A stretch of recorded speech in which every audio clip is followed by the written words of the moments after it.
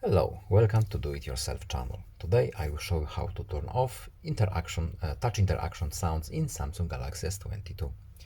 Right now, whenever we touch some function on our screen, we are hearing a little sound. Let's turn it off. So, settings, sounds and vibrations,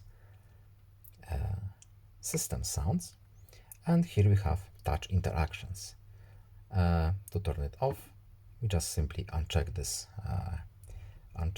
little box, and now our phone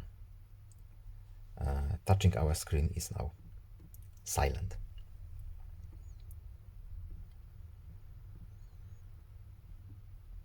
As you can hear, or as you can't hear, the sounds are turned off.